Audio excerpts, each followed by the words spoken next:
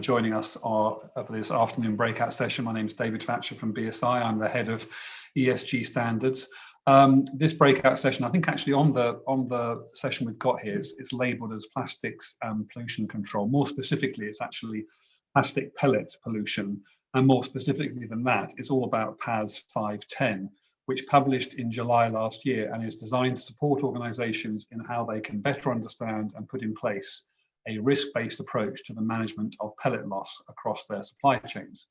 So I'm joined by two guests who are very well informed on the topic. We'll hear from both of them for about 15 minutes. It was going to be first Anne-Catherine Sharp from Flora and Fauna International, and then my BSI colleague Joanna Griffiths, but I think Joe may start.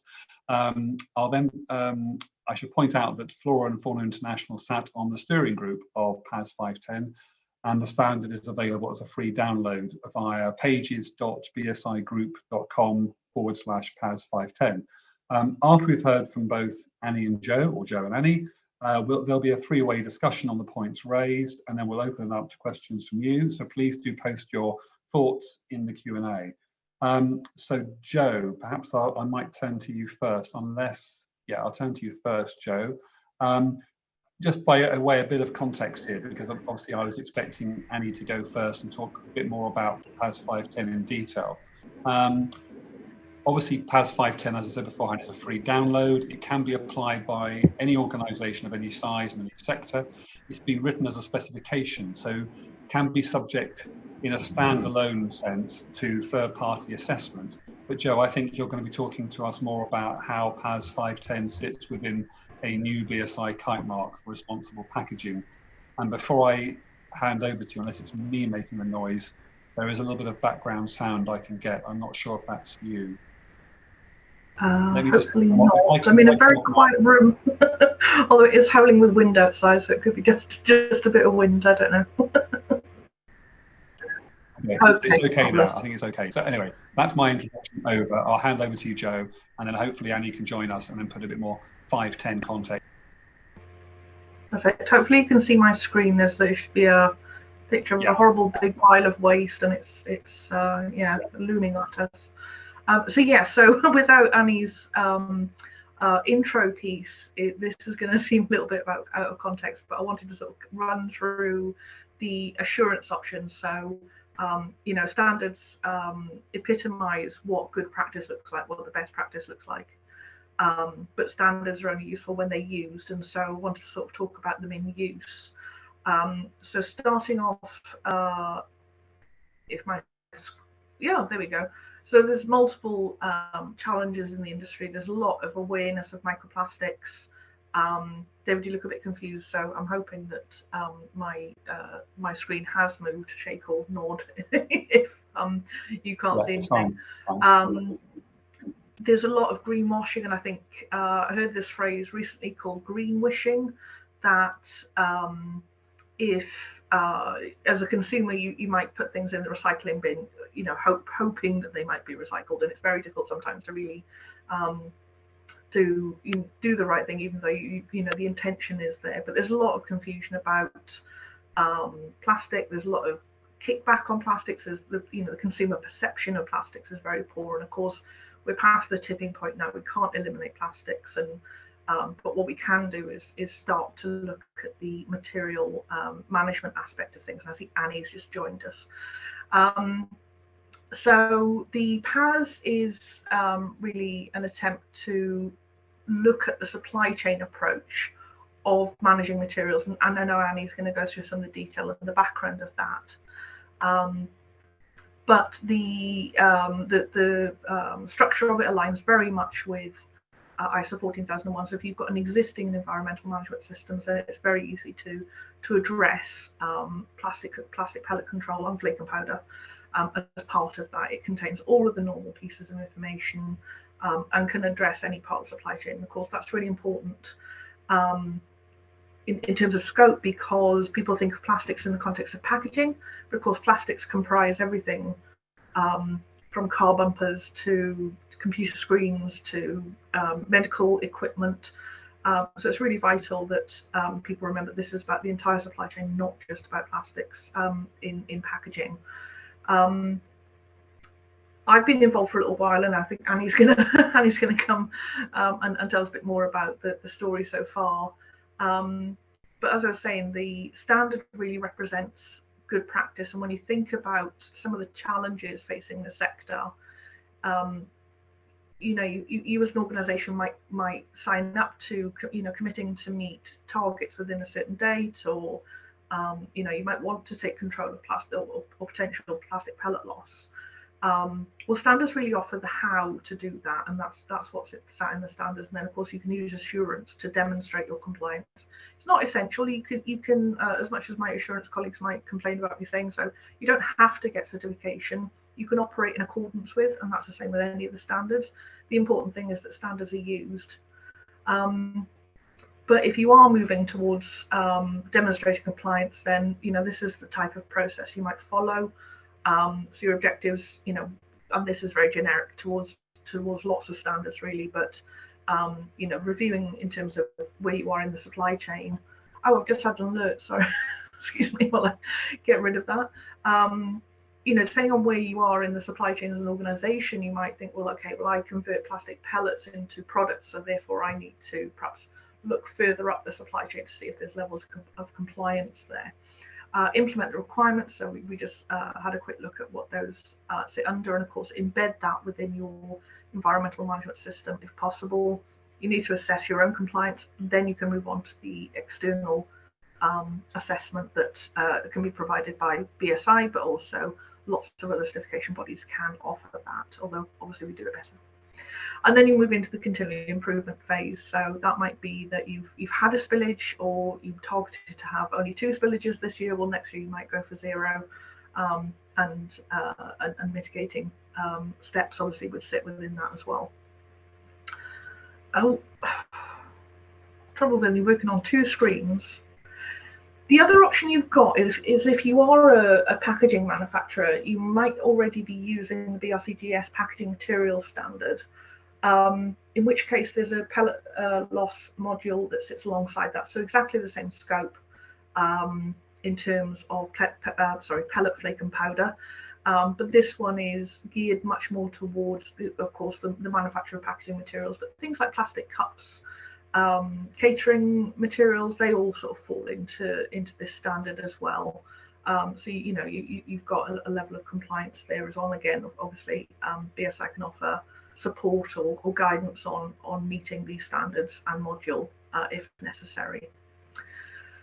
As David hinted, I wanted to sort of talk about packaging sustainability. My background's in packaging. I've got a degree in packaging and print technology, so you know, I've got a lot of sympathy with packaging manufacturers. I've worked in product development, I've worked in logistics, and the past 10 or 11 years I've worked in standards. So I'm sort of in a little sweet spot, if you like, of understanding the demands of the industry, but also understanding perhaps some of the standards that are available to support organisations in their environmental goal. And I'll start off with saying there's no such thing as sustainable packaging. Perhaps controversial, because there's obviously a lot of labelling out there that talks about sustainability. And when I'm talking about the sustainable packaging framework, I'm sort of cancelling out what I'm saying. But I suppose I look at it from the point of view that we only have packaging because we have products. Packaging does not exist in and of itself, and its 4 main functions are to protect, preserve, contain, and inform. And people always refer to things like eggs, bananas as being, oh, food that's packaged, we don't need extra packaging. Well, you know, I dare you to try and get an egg from the chicken coop to someone's home without a bit of packaging, or a banana, because of course there's modified atmosphere used in the transportation and logistics of those items. And of course we don't grow bananas in the UK. I always bang on about bananas because I know lots of interesting facts about them, but they're also the highest selling product in any supermarket. Any supermarket in the world you go to, bananas are likely to be the highest selling item in that supermarket because they're unique. So bearing that in mind, packaging exists in the context of products and supports global supply chains. So like I say, we don't grow bananas in the UK, so we have to import them, and Ireland import lots of bananas, fives. Anyway, I'll stop banging on about bananas in a minute. It's a truth that you cannot have the way our supply chains work without packaging. So if we want to have all, not just food, but all the electronics we have, then packaging is a fait accompli.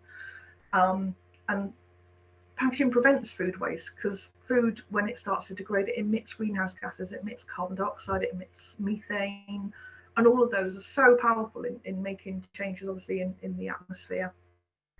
So packaging actually prevents it, and packaging is reasonably inert when it's made. You know, it's not going to degrade quickly. I mean, the old stat about plastic bottles taking something like 500 years to degrade. Well, do you know what? That's actually a good thing, because it means it's not releasing carbon into the atmosphere. And of course, that's one of the things we need to manage at the minute. I'm not excusing ocean waste. Of course, that's a very serious matter and a very serious thing we need to contend with.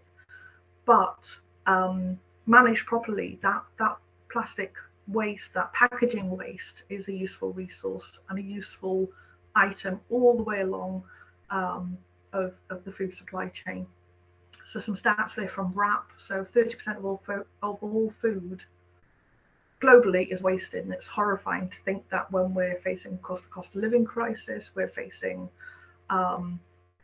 potentially food rotting in fields because we can't find people to crop it, and it's just, you know, it just feels uncomfortable. In some regions, that's actually 50% of food is going to waste. So bearing that in mind, packaging is essential to minimise that waste. I think the single best thing an individual can do is to minimise their food waste. So bearing that in mind, the environmental profile of packaging can be improved. Of course, we don't want to see litter on beaches. We don't want to see marine plastics. We don't want to see this stuff. We don't want to see, you know, piles of rubbish being carted off to countries that can't manage it. So I always argue that, you know, let's treat packaging waste, or any waste, as a resource. Let's call it use packaging, and try and optimize the conditions to maintain that material in the supply chain and the circular economy for longer. And I think the sooner we start to really regard the circular economy as an economic model rather than a simple material model, then the faster we'll get there. You know, there's a lot of money to be made in rubbish, and there's a lot we can do. So bearing that in mind, I've been convinced for a long time that there was a way that we could help packaging manufacturers demonstrate how good they are at making, you know, really significant change in the environmental profile of packaging, whether that be the weight of an item, or a packaging item, or innovations that means it's more efficient, or lower temperature processing, all those sorts of things. And when you look at the greenwashing side of things, there's a lot of labeling out there that can be very confusing for the consumer. So I think I've put these slides in slightly the wrong order, but I'm not going to charge you to read all this right now. I'm happy for people to have a copy of this afterwards. But if we can leverage what the kite mark means to people, and that means quality, safety, you know, there's that real sense of it's a powerful mark, it's way and above any environmental requirements, then perhaps we can start to use that kite mark to signify something around packaging and the environmental sustainability of it. So we're looking at, in terms of scope, we're looking at primary right through to post-use or sort of downstream innovation. And what we're looking for here are real innovations where perhaps we're looking at functional packaging rather than specified packaging. You know, they could be load testing to get to the point where we know what the compression load can be on a pallet when it's on a lorry, and into that decision is consideration of where that product's going to end up. So then you're not putting materials into an environment that can't handle that material. Also around traceability and transparency. So what is that packaging item actually made of? Are we looking at a monomer? I say monomer, I mean a polymer, but a single polymer rather than, you know, layers of multi-layer laminates. And of course, different challenges there. But what we don't want to see is then putting multi-layer laminates into a geography that can't cope with them. But also, I think there's a growing awareness that beyond the first tier, and this isn't unique to packaging, it's across every industry as far as I can tell, beyond the first tier, companies really struggle to identify who their supply chain is. And so some of the factors, I suppose, we're looking at here are, where does that material come from, and what's the impact on the environment where that raw material comes from? So aluminium, for example, comes from bauxite. Where does all that bauxite come from? And can we increase the conversion rate? Because I used to think it was sort of 50% of bauxite would be turned into aluminium. It's more like a third, and that just feels like it could be improved. I don't know. I'm not a material scientist in metals, unfortunately. But going a little bit more umbrella on this, what I wanted to do was obviously use existing standards to start demonstrating how a piece of packaging is sustainable, even plastic ones. So a consumer can pick up a piece of plastic packaging and go, how can this be sustainable? It's plastic.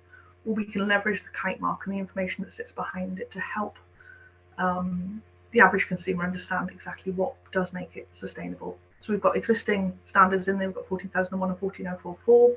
We've tweaked the scope. We've utilised a sort of laser focus on the scopes there to make sure that when they're looking at the EMS, an organisation is actually considering specifically the packaging aspects, and the same with the life cycle assessment. The LCA then should drive the decision on componentry and materials for packaging a product, and then we have a group of minimum material requirements, so whether that material be plastic or glass or paper, completely material agnostic. There's no preference over what materials, but we would anticipate that there would be some no-goes in there. So things like expanded polystyrene might be a no-go, because obviously there's significant issues there. But any other material, as long as there's consideration of, right, this glass is it's going to France. France is really good at collecting glass and recycling it. So let's that's fine. Maybe tweak the shape. Maybe you have a square bottle instead of a round bottle. But there's all sorts of little innovations that can be made, and then we can leverage, like I say, the kite mark to be able to communicate that. Also, alongside that are what we call customized claims. So these are things that will affect the environmental profile of a piece of packaging, but aren't directly related to the material. So that could be that material is produced using fossil-free, fuel-free energy. That's a difficult thing to say. Or perhaps there's an increased level of recycled content above our bare minimum, which we're looking at around 30% at the minute. It could be bio-based, it could be biodegradable, obviously two different things. It could be part of a reuse system. There's no hierarchy here of better, best, and all that kind of stuff. There's principles of the waste hierarchy in there, but it's not designed to be business prohibitive. Just wanted to give you a flavour of some of the sustainability standards that sit behind some of those claims. There's a huge number, and I think that's my last slide. Oh no, sorry, it's the assessment process. Very similar to just a normal sort of ISO assessment process. You combine the mandatory and customised claims, do a test through audit, and then obviously lab testing if that's available, surveillance testing to make sure ongoing compliance, and then the kite marks awarded for sustainable packaging. And that's my last slide. I shall stop sharing. And David, do you want to come in and introduce Annie? We've lost David now. I'm here. Thank you, Joe. Thank you very much, and thank you everyone for your patience whilst we got some of the technical issues resolved. Annie, I think you are with us, so if you can share screen. Obviously, I did a bit of an intro in terms of the background of sorts to 510, but I mean, feel free to expand on that. But if you're there, Annie, then hopefully put your camera on and your mic on, and I can see a slide already, which is very encouraging. That's great, Annie. Okay, so mic passed over to you. The floor is yours. Thank you. Thank you so much, David, and apologies to everyone for the delay due to those technical issues. Thanks for your patience. I did actually get to enjoy just the second half of Joe's presentation there, which was really interesting and hopefully gives a flavour of what I'm going to be talking about today. I'm just trying to get my presentation working. Apologies for this. It's sort of frozen on me. There we go. Okay, we're finally off. So I'm going to start by introducing you all to a bit of background briefly about Fauna and Flora International. We are a a conservation NGO founded in 1903, and we're based in Cambridge. The vision that we're working toward is a sustainable future for the planet where biodiversity is effectively conserved by the people who live closest to it, but supported by the global community. So to achieve that, we work with local partner NGOs in 45 countries around the world, providing technical guidance and capacity building support, in addition to teams back in our HQ in Cambridge, working collaboratively with policymakers and businesses to address biodiversity loss in a bit more of a top-down manner. So that's where that support from the global community element comes in. And our marine plastics team is an excellent example of this kind of work. So our approach to tackling marine plastic pollution strives first and foremost to be evidence-based, constructive and solutions-oriented.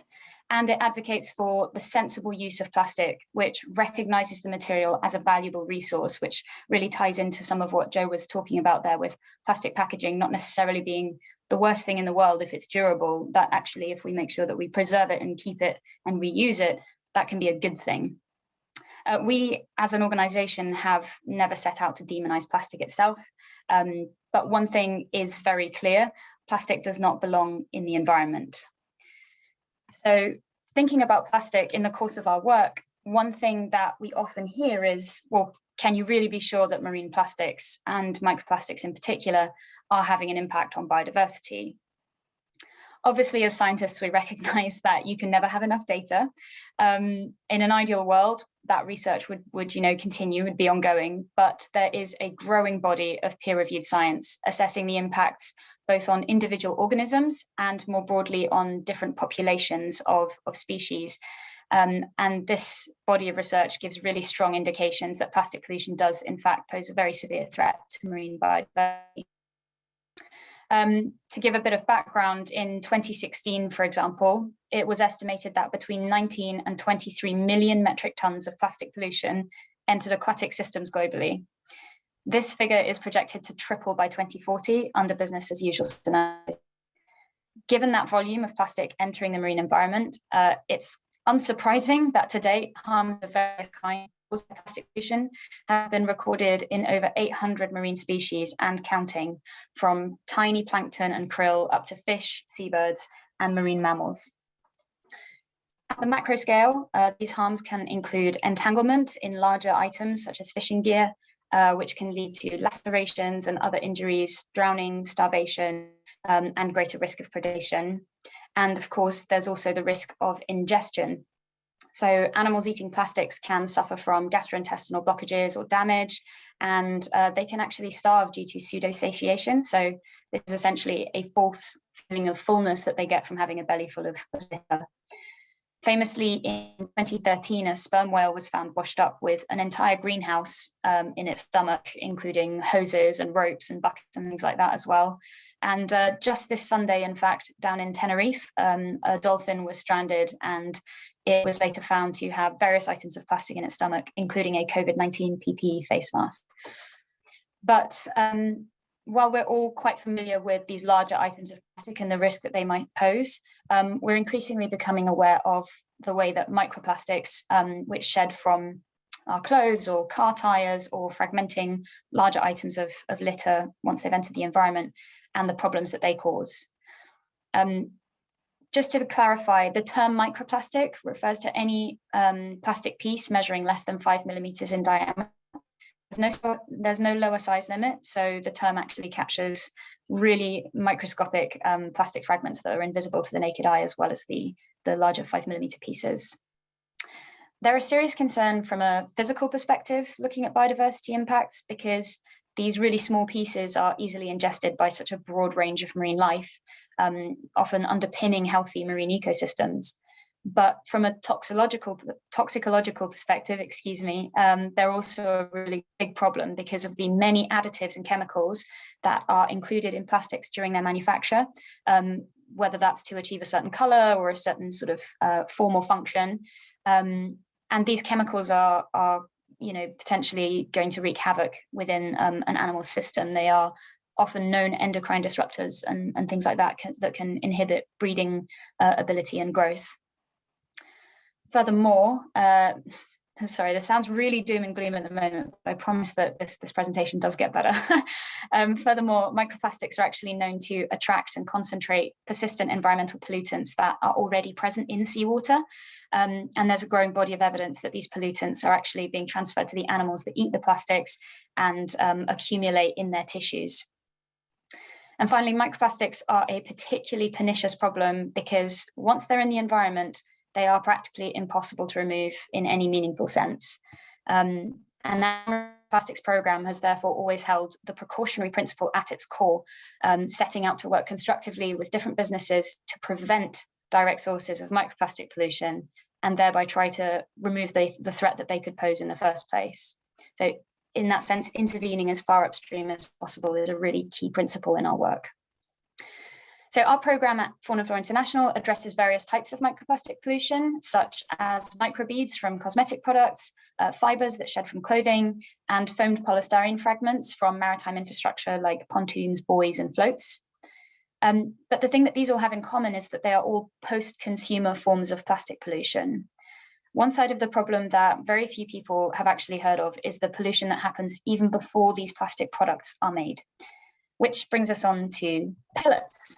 And as Joe may well have explained, pellets are also known as nurdles, and they are the building blocks of the plastic industry. So any plastic item at all is often made of hundreds or thousands of these pre-production pellets, which are melted and formed into products or parts, from car bumpers to pens or t-shirts to baby carriers.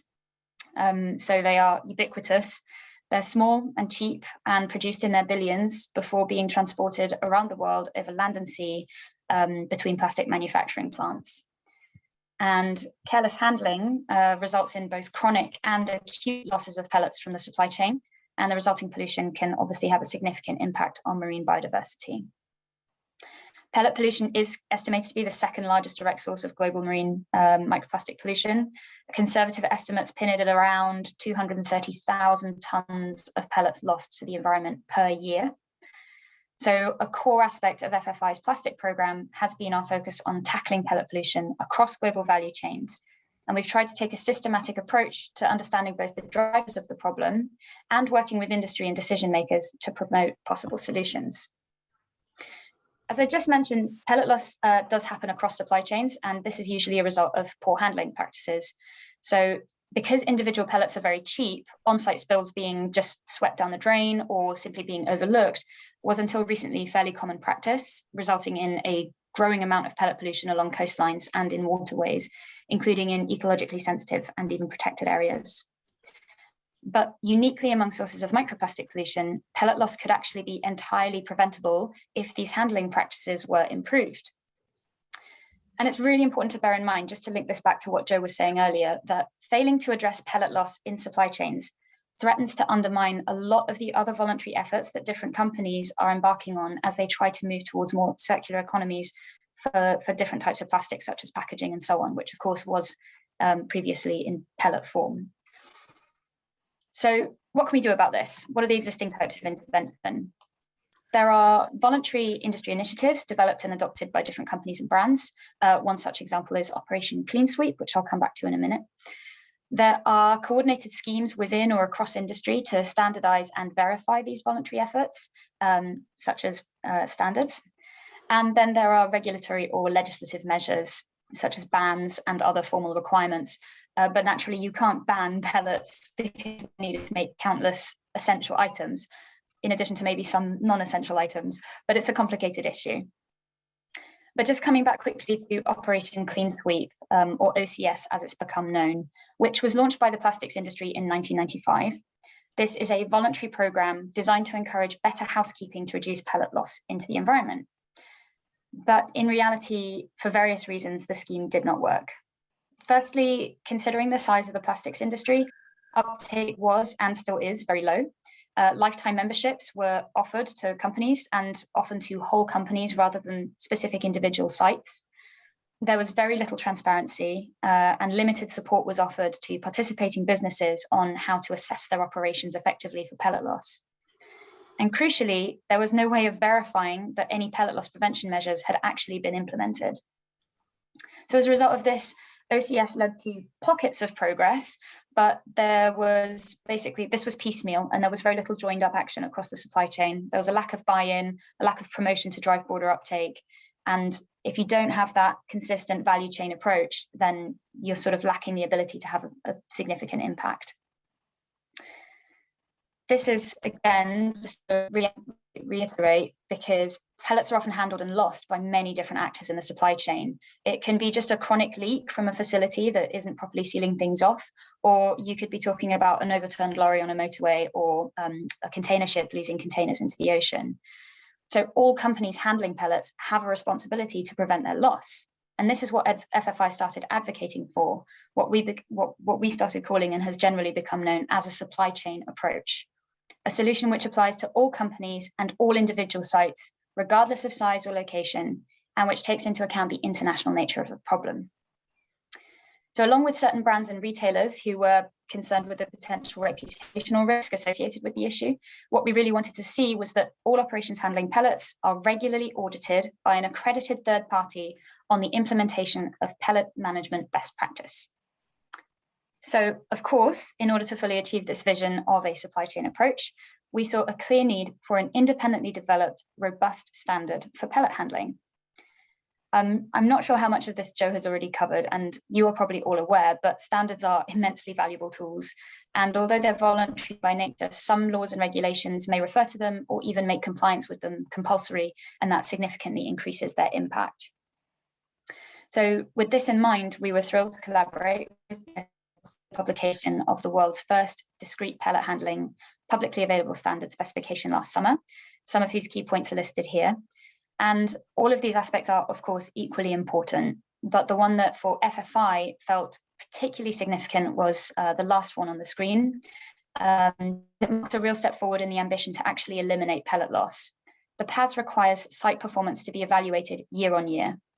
It is not enough to just have procedures in place and to check that box and think that, the work is done. Companies actually have to monitor their effectiveness and be seeking continual improvement towards the goal of zero pellet loss. And that's how impact can be achieved. And while legislation may be the most effective way to drive uptake of standards and ensure that there's a level playing field across the plastic value chain as a whole, it is, of course, a very slow process. And in the meantime, if we see broad uptake of the PAS and can share positive feedback and demonstrate its value as, for example, a procurement tool, it will start to catalyze change in the supply chain and will increase the potential for this to be converted into a British, European, or international standard in the future. So I just really want to emphasize why, for FFI, this is such a big leap forward in tackling plastic pollution. Firstly, the PAS was developed by a multi-stakeholder steering group and was a truly collaborative effort. It's internationally applicable to any pellet handling companies, so it's not limited, for example, to those who have a particular trade association membership or something like that. And because it's a standard, it's organized in a way that makes it auditable, so you can easily verify where best practices are actually being implemented. Crucially, the PAS promotes the hierarchical response to pellet loss. So firstly, prevention, then containment, then cleanup, and then mitigation measures. So that's fundamentally the root cause of the problem as a priority. And finally, it meets the minimum requirements of the OSPAR recommendation. And for anyone who's not familiar with what that means, as a group of North Sea and Northeast Atlantic member states, they were concerned with the levels of pellet loss from plastic supply chains. And in consequence, they formally adopted a recommendation last year, which calls for the use of standards and certification schemes to verify that pellet loss prevention measures are in place across manufacturing supply chains. And this recommendation, the OSPAR recommendation, introduced minimum requirements that these standards and certification schemes should meet. And the PAS is compliant with those requirements and is therefore suitable for adoption by all 16 contracting partners to the OSPAR Convention. So that's 15 national administrations plus the EU. So that's quite a big deal. Essentially, the PAS is a really positive example of different stakeholders coming together to address a problem and develop a tool, one that was rigorously produced through several rounds of consultation, that is free to access and is internationally applicable. Companies wanting to tackle pellet loss can now take a more organized, proactive, and comprehensive approach to assessing their operations and taking action. Additionally, it serves as a really solid example for other countries and for other parts of the plastic value chain, which are coming under increasing scrutiny for their contributions to plastic pollution in the environment. To sum up, and thank you for bearing with me through this presentation where maybe it's repeated some of the stuff that Joe's already mentioned, but with the world facing many complex related challenges, which can at times seem insurmountable, particularly from an NGO perspective, it's really great to see that action can be taken. And where companies do want to do the right thing, these tools will provide that crucial entry-level step for them to do so. With negotiations kicking off this year for a groundbreaking, legally binding global plastics treaty, the world's eyes are on the plastic pollution crisis and how we can best work to tackle it. And this is one example of progress, which hopefully serves to catalyze further action. Thank you so much. And I'm really looking forward to answering a few questions if anyone has any. Great, thanks Annie, and thank you, Joe, for your presentation as well. We actually are quite closely out of time. Thank you also for flagging up the link there on that closing slide, if you can still see that, where to download the pass from. Probably, I think that there aren't any questions I'm seeing in the chat or on the Q&A, but probably just picking up on the last point you made there, Annie, which I suppose you said almost with a slight wry smile. You go in with obviously initially quite a sort of a negative, understandably negative approach to this because of the nature of the crisis. But obviously you're ending here by saying, well, actually, this is some sort of hopeful solution. But putting that into the context of what you said before, really, which is there are voluntary initiatives, there are various pacts and codes and charters that businesses and others sign up to. Then I guess at the other end of that, and that's all voluntary, the other end of that, you've then got regulation and laws, and you've hinted at maybe something that could be coming. I know there was a big meeting earlier this year, a UN meeting in Nairobi. So I was going to say, do you see the role of any standard, but specifically 510, as being something which takes the kind of the ambition of maybe an initiative that is voluntary, and then also is able to kind of bring together where the regulation, which is this is what must be done, and a standard is more the how to do it. Is that the relationship you see between a voluntary standard and where maybe regulation is putting more pressure on companies to act?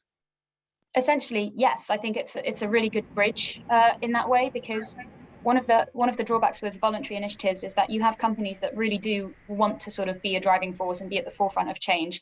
And so they will engage with these commitments, for example, but they might then also be negatively affected by businesses that want to sort of capitalize being seen to act without actually needing to take action. So they'll maybe sign up to a commitment or something, but without any auditing or without any standards to hold them to, they can kind of fly under the radar and assume the job has been done.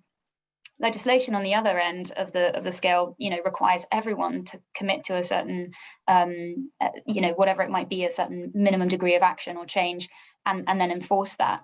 But in the middle, I think having a standard like the PAS 510 will not only provide a really clear pathway of what companies should be doing, but it is also a way for those really forward-thinking businesses to verify and prove that they are taking those steps, to continually improve as well and build on whatever voluntary initiatives they may have had before, and really formalize this and help push the industry forward as a whole.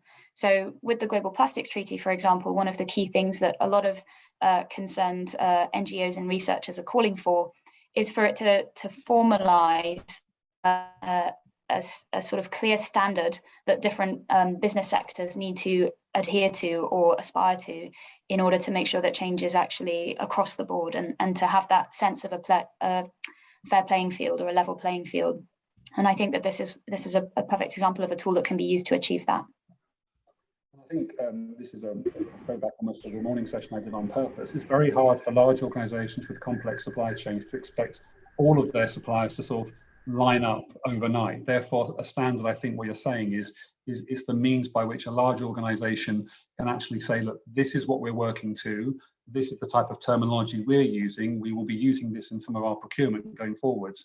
And hopefully some of you can move on that quickly, but equally, because we value the relationship we have with you as suppliers, if it's a case of supporting you as you then fall into line, then we can do that. But at least we're all working the same kind of terminology, the same kind of North Star, as it were. And that's another value I think that standards have as well. I hope you'd agree with that. I am being told to wrap up. So I probably would wrap up by saying thank you to Joe and thank you to Annie. I think you've both given us plenty of food for thought. I think more than that, actually, I think you've given us some real ideas of action in this particular area here, where clearly, some transformational steps need to be taken by some large players in the plastic space, some large corporates, some retailers. And I think if we can use standards to have some kind of codification of good practice, as you said, Annie, making sure that there's both a marker on what needs to be done, but also how to move forward on that, but some consistency in language, that's got to be a good thing as well. So thank you both for joining us. Thank you also to our attendees, and thank you to the BSI tech team as well for supporting this webinar. Hopefully you've benefited from that, and look forward to seeing you at the next BSI webinar. Thank you very much. Thanks again. Thanks again, Annie. Thanks, Joe. Thank you. Thanks. Bye. Bye.